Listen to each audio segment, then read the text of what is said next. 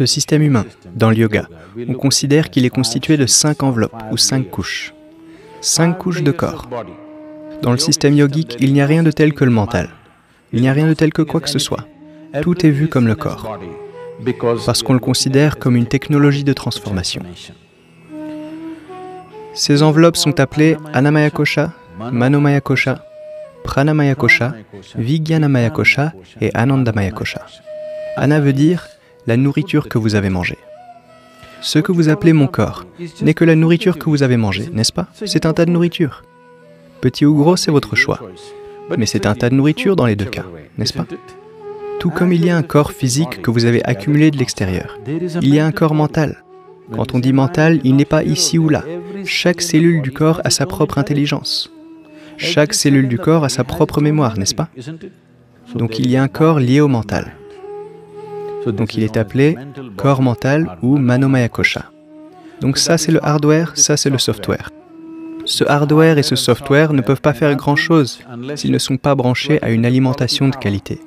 Donc la troisième couche du corps s'appelle Pranamaya Kosha ou corps énergétique. Ces trois sont de nature physique. L'enveloppe suivante du corps est un corps transitoire qui est appelé Vijnanamaya Kosha. C'est un corps transitoire, du physique au non-physique. Il est en transition. Il n'est lié à aucune des qualités physiques, mais en même temps, il n'est pas devenu complètement non-physique non plus. La cinquième enveloppe s'appelle Anandamaya Kosha. En français, ça se traduit par corps de félicité. Corps de félicité ne veut pas dire qu'il y a une bulle de félicité en vous. On l'appelle corps de félicité parce que dans notre expérience, chaque fois qu'on le touche, on entre dans un état de félicité. Donc on l'appelle corps de félicité. Ce n'est pas sa nature. C'est ce qu'il cause pour nous. C'est une dimension non physique, qui est la source de tout ce qui est physique. Si vous alignez le corps physique, le corps mental et le corps énergétique, s'ils sont correctement alignés et équilibrés, il n'y aura pas de maux physiques ou psychologiques en vous. Ce ne sont que des désalignements qui causent toutes sortes de problèmes. Lorsque le corps est à l'aise, il n'y a pas de malaise. Donc si vous alignez ces trois choses, alors seulement vous avez un passage. Vous avez une possibilité de toucher l'Anandamaya Kosha, où la félicité devient un processus naturel. Ce n'est pas que votre félicité est à propos de quelque chose. Vous êtes simplement dans un état de félicité, parce que cela est la nature de la vie.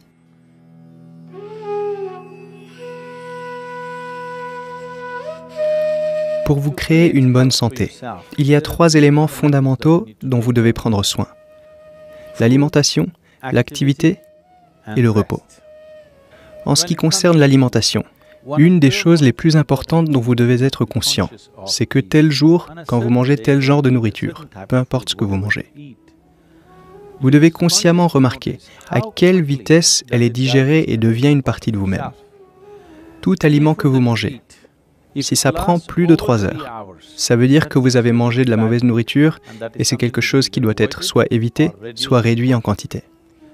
Si la nourriture sort de votre estomac en moins de 3 heures, ça veut dire que vous mangez quelque chose que votre système peut gérer efficacement.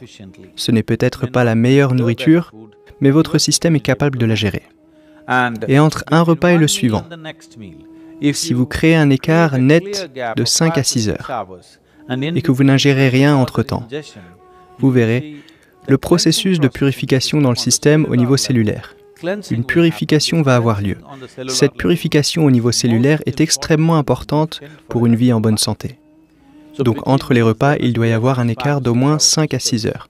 Si vous avez plus de 30 ans, 2 repas par jour, 2 bons repas par jour suffiront. Un le matin et un le soir. Après le repas du soir, avant d'aller vous coucher, il doit y avoir au minimum 3 heures.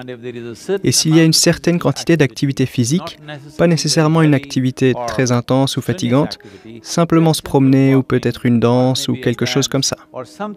Créez-vous quelque chose pour que pendant au moins 20 à 30 minutes, il y ait une certaine activité physique après le repas du soir. Si vous faites ça, en grande partie, votre système sera en bonne santé. Si l'on se couche avec de la nourriture encore dans l'estomac, un certain niveau d'inertie est généré dans le système. Cette inertie, physiologiquement, c'est comme accélérer vers la mort. La mort est l'inertie ultime. Et si vous allez au lit l'estomac plein, d'une part, cela génère de l'inertie.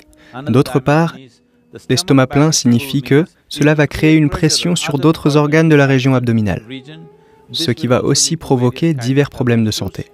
Il est très important que lorsque vous allez vous coucher, les aliments aient quitté l'estomac, que l'estomac ne soit pas lourd. Pendant que vous dormez dans différentes postures, il ne doit pas exercer de pression sur les autres organes. En ce qui concerne l'activité, en peu de temps, je ne veux pas vous donner un programme d'entraînement. La chose simple à comprendre, c'est que notre corps est capable de se pencher en avant, de se pencher en arrière et de se tourner des deux côtés. Cette activité-là, au moins, doit avoir lieu, quoi qu'on fasse, quelle que soit la forme que ça prend. Si vous faites du Hatha Yoga classique, c'est la meilleure façon de le faire, la façon scientifique de le faire. Si cela ne fait pas encore partie de votre vie, vous devez d'une manière ou d'une autre veiller à ce que tous les jours, vous vous penchiez en avant, en arrière, fassiez une torsion des deux côtés et vous accroupissiez, afin que votre colonne vertébrale soit étirée. Au moins cette activité est indispensable pour tout le monde au quotidien si l'on veut maintenir l'ensemble du système en bonne santé, en particulier votre système nerveux qui va poser problème avec l'âge. Le volume de repos dont un individu a besoin est déterminé par divers facteurs. Un facteur important est le genre et le volume de nourriture que l'on consomme. Quand je dis le genre de nourriture, vous devez expérimenter avec la nourriture et voir quel genre de nourriture vous alourdit le plus, quel genre de nourriture vous permet de rester léger et agile. Si vous veillez à ce qu'au moins 40% de votre régime alimentaire soit des fruits et légumes frais, vous verrez qu'une sensation de légèreté va apparaître dans le corps. Parce que ce dont le corps a besoin, c'est de repos, pas nécessairement de sommeil. La plupart des gens pensent que le sommeil est le seul moyen de se reposer. Non. Assis et debout, vous pouvez être soit dans un état de repos, soit dans un état agité, soit dans un état d'inertie. Si vous êtes dans un état de repos vivant, à chaque instant de votre vie, le volume de sommeil dont vous avez besoin va diminuer.